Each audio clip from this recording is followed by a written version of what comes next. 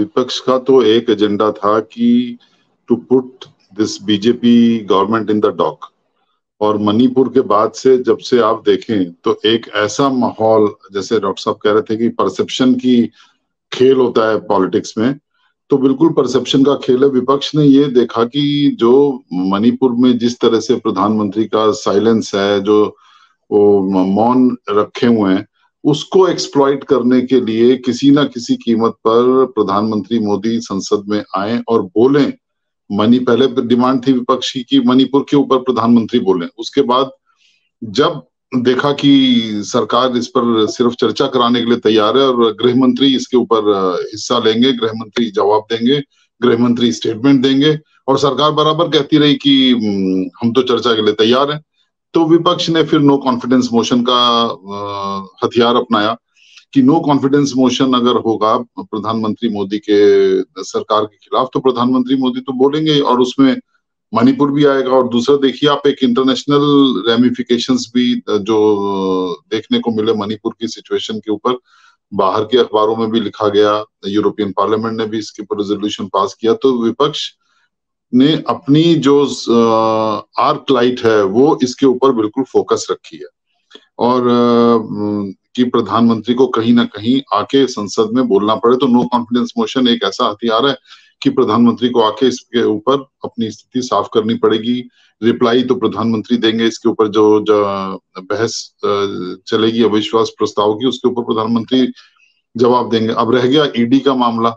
तो ईडी के मामले में आप देखें, जो दिल्ली सेवा विधेयक की बात हो रही थी, इसमें जो छोटे मोटे दल थे, वाईएसआर की पार्टी देख लीजिए आप, बीजू जनता दल देख लीजिए, जो अपने अपने रीजनल स्ट्रॉन्ग पार्टीज हैं, जो अपने अपने राज्यों में जिनका शासन है।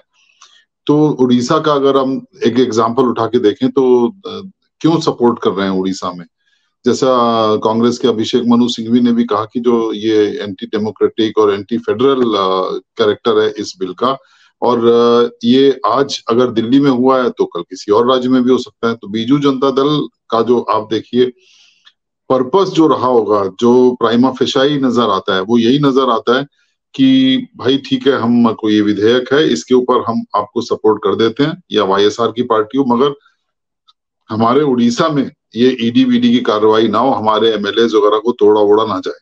तो प्राइमा फेसाई आप देखिए ये इंप्रेशन लेकर इन दलों ने बिल्कुल इस विधेयक का समर्थन किया। और सबको पता था कि राज्यसभा में अगर डील हो गई है इन दोनों पार्टीज के साथ तो दिल्ली सेवा विधेयक तो पास हो ही जाएगा, और 102 के मुकाबले 131 वोट मिले। मगर जैसे कहा, पहले भी कहा पैनल डिस्कशन में, कि एक मैसेजिंग बहुत इंपॉर्टेंट है। विनीता, आप तो जानती हैं पॉलिटिक्स में क्या मैसेज जनता को जा रहा है, विपक्षी एकता के लिए क्या मैसेज जा रहा है, कितनी एकजुटता का मैसेज जा रहा है। तो उस लिहाज से ये बहुत इंपॉर्टेंट हो जाता है कि कितने दल एक साथ इस मुद्दे पर आए। और जो रही बात आम आदमी पार्टी, जो एक स्टार्टअप है, पॉलिटिकल स्टार्टअप है, उसके लिए तो ये बहुत बड़ा धक्का तो है ही। अब वो लोग इसको पॉलिटिकली किस तरह से जनता के सामने पेश करते हैं, ऑलरेडी उन्होंने कहना शुरू कर दिया है। केजरीवाल ने भी कल जो स्टेटमेंट दिया कि ये विधायक लोगों को बेबस बना देगा, गुलाम बना देगा, और मंत्रियों की, सरकार की तो कुछ चलेगी नहीं, तो हम क्या करेंगे। भाजपा बैकडोर से एंट्री करके एडमिनिस्ट्रेटिव कंट्रोल दिल्ली का अपने हाथ में लेना चाहती है। मगर दूसरी ओर एक और बात है कि दिल्ली हमेशा, जैसे डॉक्टर साहब कह रहे थे, कि हमेशा एक यूनिक पोजीशन रही है दिल्ली की। विनीता, आपने तो खुद दिल्ली के सारे पहलुओं को कवर किया है, तो आप देखेंगे यूनियन टेरिटरी का स्टेटस रहा, फिर चीफ एग्जीक्यूटिव काउंसिलर आए, 1966 में आदित्यनाथ झा पहले लेफ्टिनेंट गवर्नर बने। तो पावर शेयरिंग दिल्ली में हमेशा बड़ी ट्रबलसम रही है, और उसके बाद पूर्ण राज्य के दर्जे के लिए मांग होने लगी। तो अभी भी लैंड, पब्लिक ऑर्डर और के जो सब्जेक्ट हैं वो किसी भी सरकार के हाथ में तो थे नहीं। तो ये ठीक है, कांग्रेस की सरकार में शीला दीक्षित ने बड़ा स्मूथली चला लिया 15 साल अभी तक। आम आदमी पार्टी की सरकार में भी इस तरह की कोई रस्साकशी नहीं आई थी। मगर अब जहां तक जब वो ब्यूरोक्रेट्स के ऊपर, ब्यूरोक्रेसी के ऊपर जो कंट्रोल का सवाल आया, तो बीजेपी ने सुप्रीम कोर्ट के व्यू को देखते हुए ऑर्डिनेंस ले आए कि अगर सुप्रीम कोर्ट ने कोई, कॉन्स्टिट्यूशन बेंच ने अगर कोई राय दी है, उसके बाद जो उनका फैसला आया तो लोग इस तरह से नहीं, तो ऑर्डिनेंस को बना दिया विधेयक। तो दिल्ली में ये रस्साकशी मेरे को लगता है कि ये ऐतिहासिक तौर पर, जैसे डॉक्टर साहब बता रहे थे कि 1935 से 1930 का हवाला देकर बता रहे थे कि वो चलती रही है। तो अभी भी ये दिल्ली में जो पावर शेयरिंग का मामला है वो बिल्कुल कभी भी स्मूथ हो नहीं सकता, मेरे को लगता, चाहे कोई भी किसी भी पार्टी की सरकार आए। और आम आदमी पार्टी तो बहुत ही हालांकि दिल्ली में अच्छा प्रदर्शन कर चुके हैं, मगर उनके लिए तो ये पॉलिटिकल सर्वाइवल का सवाल है। और दूसरी तरफ जैसा आप कह रहे थे कि BJP will not leave any stone unturned to capture power in any part of the country। अब तमिलनाडु में देखिए, सुप्रीम कोर्ट ने जो ऑर्डर लिया था, ईडी ने लेके वो उनके मंत्री को, पावर मिनिस्टर को की कस्टडी ले ली अपने हाथ में। तो एक जो फियर साइकोसिस है पार्टीज में वो तो है ही। और ईडी का तो आप देखिए कितने सारे, जो इंडियन एक्सप्रेस ने एक स्टोरी भी की थी, कितने सारे पॉलिटिकल जो अपोनेंट्स हैं उनके ऊपर ईडी के कितने सारे केसेस हुए और conviction rate is very dismal. तो ये एक फियर साइकोसिस तो बनी हुई है, इसमें कोई दो राय नहीं है कि जो इन्फोर्समेंट डायरेक्टरेट हो, सीबीआई हो, चाहे इनकम टैक्स हो, ये हथियार केंद्रीय एजेंसी के जो पावर्स है, जो अधिकार है सरकार के पास है, और सरकार इनको यूज कर रही है या मिसयूज कर रही है।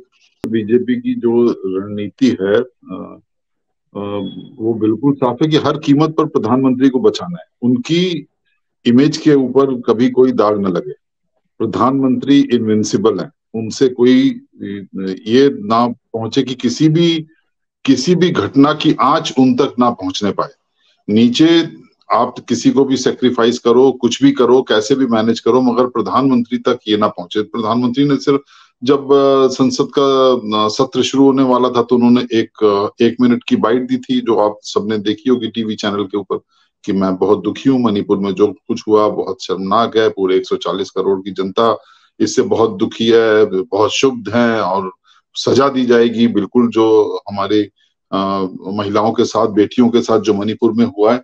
मैं समझता हूँ इसका बहुत बड़ा एक डेंट बीजेपी की इमेज पर तो बिल्कुल पड़ा है। और अभी देखिए वहां पर सरकार से भी उनके एलआई ने समर्थन वापस छीन लिया और कोई एक्शन नहीं होता। और जबकि आप उठा रहे हैं मामले, सुप्रीम कोर्ट ने इसके ऊपर, जैसे रविंद्र जी कह रहे थे, मैं सुप्रीम कोर्ट की बात याद दिला दूं कि सुप्रीम कोर्ट ने साफ कह दिया कि आप दूसरे राज्यों की बात मत करिए, आप मणिपुर की पहले बात करिए।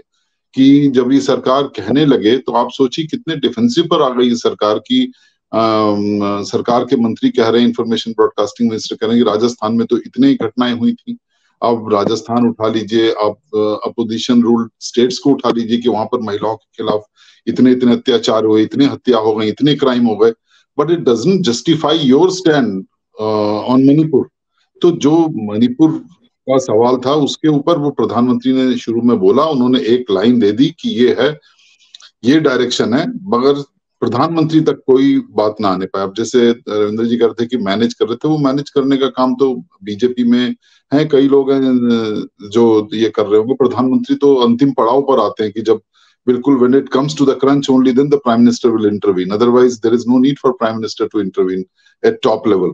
तो ये दिखा दिया जाता है कि भाई इधर कर लो आप। अमित शाह हैं, उनका तो मैनेजमेंट का काम है, ये जेपी नड्डा है जो बीजेपी के प्रेसिडेंट है कि वो करें। आप बाकी सारे मंत्री सब जगह जा रहे हैं।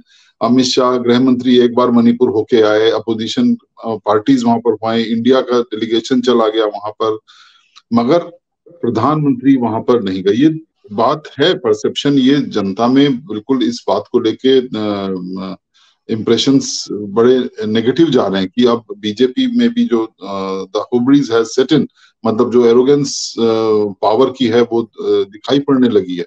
और जैसे डॉक्टर साहब कह रहे थे कि स्क्रिप्टेड है, तो आई डोंट नो कि how far that can hold true. अगर इस तरह की स्क्रिप्ट है तो आगे तो 2024 में क्या होगा, इसकी भी स्क्रिप्ट अगर बनी होगी तो देखिए फिर क्या होता है। मगर प्रधानमंत्री तक बीजेपी कोई नहीं पहुंचने देती आज। और प्रधानमंत्री भी काफी, आप देखिए इंडिया के अगेंस्ट जो प्रधानमंत्री ने एनडीए के घटक दलों को जो उन्होंने एड्रेस किया था, बीजेपी पार्लियामेंट्री पार्टी को एड्रेस किया, तो प्रधानमंत्री ने तो यहाँ तक कह दिया कि इंडियन मुजाहिदीन में इंडिया भी है, क्विट इंडिया करो, ये इंडिया क्या है। मतलब ये थोड़ी सी गरिमापूर्ण शैली नहीं है प्रधानमंत्री के लिए। इतना ही कहना चाहूंगा मैं, मगर प्रधानमंत्री और बीजेपी तो किसी भी कीमत पर इसको संसद के सत्र में उनका तो एक ही काम है, विधेयक सारे के सारे पास होते जा रहे हैं। हम देखिए 13-14 बिल पास भी कर चुके। और सबसे बड़ी दुख की बात यह है कि संसद में जहां इन सब चीजों के ऊपर चर्चा होनी चाहिए वहां पर कोई चर्चा ही नहीं है। तो इसका भी बीजेपी बड़ी चालाकी से इसका ठीकरा फोड़ देगी इसके हाथ में, अपोजिशन के सिर पे, कि हमने तो कहा था अपोजिशन की पार्टी चलने नहीं दे रही। शुरू का 1 हफ्ता 10 दिन तो ऐसे ही निकल गया, शोर शराबे में निकल गया। और अभी कहा भी जा रहा है मणिपुर को लेके ये बात की। तो ये तो नैरेटिव सेट करने के लिए, मगर कई बार जैसे अपोजिशन पार्टीज ने, इंडिया ने इस बार जैसे नैरेटिव सेट किया तो बीजेपी डिफेंसिव पर नजर आ रही थी। नहीं तो हर बार ये कहना कि डिस्कशन करने नहीं दे रहे, डिस्कशन करने नहीं दे रहे, तो ठीक है, एक हथियार ये भी निकाल दिया नो कॉन्फिडेंस मोशन का, कि इसके ऊपर तो आएंगे आप, इसके ऊपर सरकार को घेरा जाएगा। हालांकि सबको पता है कि बीजेपी के पास बहुमत है, मगर एक हथियार है ये अपोजिशन के पास, जिसको मैं समझता हूँ कि अपोजिशन यूज कर रही है। और दिल्ली की भी जो आप बात कर रही थी, तो दिल्ली में भी बीजेपी को काफी मुश्किल होगा कि डिफेंड करना कि क्यों ये काम किया गया, क्योंकि चीफ मिनिस्टर इस विधेयक के बाद तो जब तक मतलब सेवा ब्यूरोक्रेसी का जहां तक सवाल है, वहां पर तो चीफ मिनिस्टर बिल्कुल बेबस है, क्योंकि जो 3 लोगों की कमेटी है उसमें chief secretary, principal secretary home और चेयर करेंगे उसको चीफ मिनिस्टर, मगर वो तो माइनॉरिटी में है, सारे पावर्स तो एलजी के पास है। तो ये स्थिति जो लोग इसके ऊपर भी देखेंगे। फिर एक धीरे धीरे, जैसे सर कह रहे थे कि पहले लगा कि राहुल गांधी पप्पू है, मगर अब धीरे धीरे देखिए परसेप्शन कैसे बदला।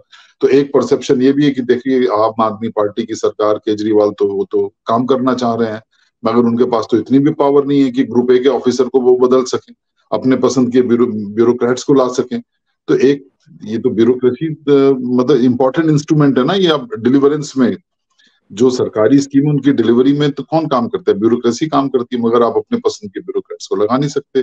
अगर कोई डिलीवर नहीं कर रहा उसको आप हटा नहीं सकते।